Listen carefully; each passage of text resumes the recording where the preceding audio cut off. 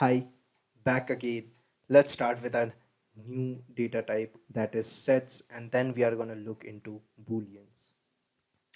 Sets are quite similar to list again. Sets are used to store multiple items in a single variable, but sets are both unordered and unindexed. So you cannot index out and set. Sets do not allow duplicate values, as we have looked into tuples and lists that they allow duplicate values, but sets do not. How to create out a set? It's quite easy. For list we had square brackets, for tuples we had parentheses, and for sets we have curly brackets. One thing to note out over here is sets are unordered, so you cannot be sure in which order the items will appear out. Now this is a small example of how you can define out a set. You can just name out whatever you want to name your set, and then inside of curly brackets, just as we did in tuples and list, you can make your set active. Now set again has methods. uh, Taking a quick example, I have a set where I have numbers from 1 to 6, and if I want to remove the number 3, I'm just going to use the method set dot remove, that is the method name. In parenthesis I'm going to write the digit which I want to move out. So I want to move out number 3, so the output will be 12456. After we have completed out with sets, we are going to look into booleans. In programming, you often need to know if an expression is true or false. For this reason we need booleans. Booleans have only two values, that is, either it can be true or it can be false. Quite similar to when we were having gates. A gate can be either 1 or 0. The concept is taken out from there itself. Now, without wasting a further ado, let's jump into our coding session. Let's start by creating out our first own set. That is, I'll be naming out my set, that will be equal to, for set again, as we have looked into, we just need curly brackets. So in curly brackets I'm going to write out some numbers, and if I check the type of my set, so it is a set, right? Now if I want to print it up, my set, and there's a typo, there will be a small s. So 1 2 3 4 5 has been successfully displayed out. Let me create one more set. This set will be equal to, I'm gonna write some random fruits name, apple, mango, and let me write one more, orange. Gonna look it up if it's working or not. This set, yeah, probably it's working just fine. So that is how you can define a set. Again, a set is a collection of which which is unordered and unindexed. In Python, sets are written using a curly bracket. Sets are an unordered collection of unique elements. Okay, so there cannot be any duplicates. Now let's check if we can index a set or not. So I already have my set. Let me display it out once more. Okay, so I have 5 values, and if I try to index them out, that is my set, and let's write 0. Set object is not subscriptable, so it cannot be indexed out. Same thing if you want to do it from the right hand side, the same error will be just bouncing back to you. Now let's check if we can add duplicate values in this or not. Okay, let me create a again, I'm going to create a new set, and in this new set I'm going to write 1 1. I'm going to write 1, I'm going to write once again, then I'm going to write 2, again 2, then I'm going to write 3 3. So I have 6 values, but if I print my new set, again there's a typo, it will be only having 1 2 3. That is all the unique values that I have in my set. So sets are unindexed and unordered, along with they do not allow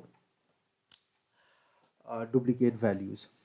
Now, how to add a new value into a set? It's quite easy if we can just use a function, that is Now I have my this set, and if I want to add something in this set, I'm going to use the method add, and let's add strawberry into this strawberry. And if I check this set successfully, I have added out strawberry into it. Now if you want to check if a value is inside a set, then what you can do is we can just check out. We have to just query our interpreter that, let's say, mango in this set. If I run it out, if it returns true, it is telling me that yes, mango is present in the list. Let me check for something else. If I check out for dates, so false, dates are not present in this set. Okay, that's how we can check if a value is present in a set or not. There are a couple of set methods, so let's look into our set methods. So these are a bunch of set methods that you can go around. The execution is quite similar to what we looked into: tuples, list, and strings. Okay, so if you want to add any element, we have already looked into how to add. If you want to remove all the elements, you can just clear out. We have copy, difference, discard. We have pop. Pop removes an element from the starting of the list, from the set. So let us check this set dot pop, and it has removed the first element, that is apple, from it. So we are left with mango, orange, and strawberry. Then if you want to remove a specified file, so we can also do that. This set dot remove, and I want to remove orange, as I don't like orange much. So you can see I am left over with mango and strawberry. You can go around with each and every methods that are present over here. You can just give it a read about the description, what exactly it is doing, and just execute it up.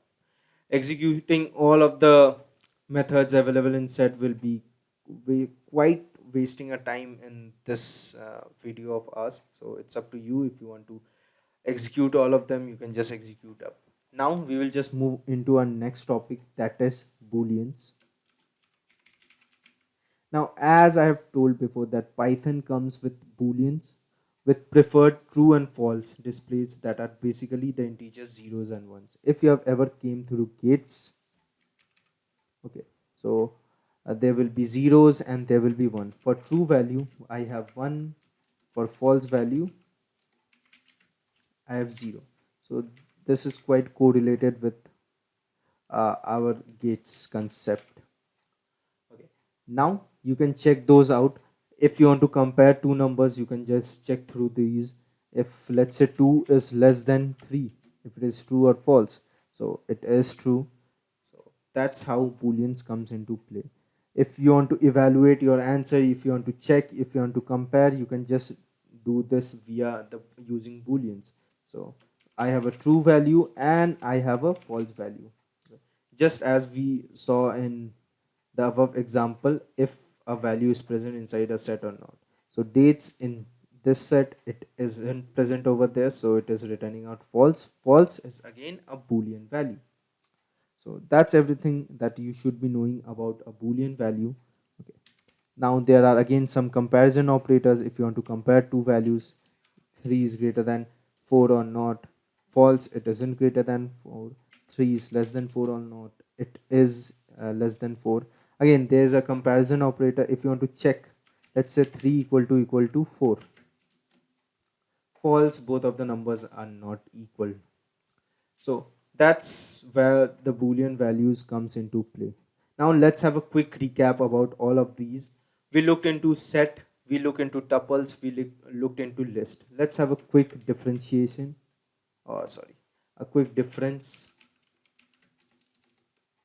between list, tuples, and sets. Okay, first of all, list is created using square brackets, tuples are created using parentheses, and set is created using curly braces, right? So tuples there's quite a difference that you cannot add any values. Once tuples are created, you cannot change anything. In set, these are unordered, so you don't know the order, then it cannot be indexed out. List, basically you can do all of these. There are no much of the restrictions over here. So that's the quick difference between list, tuples, and set. That's it for this session. We are going to move into our last data type, that is dictionaries, into our next video.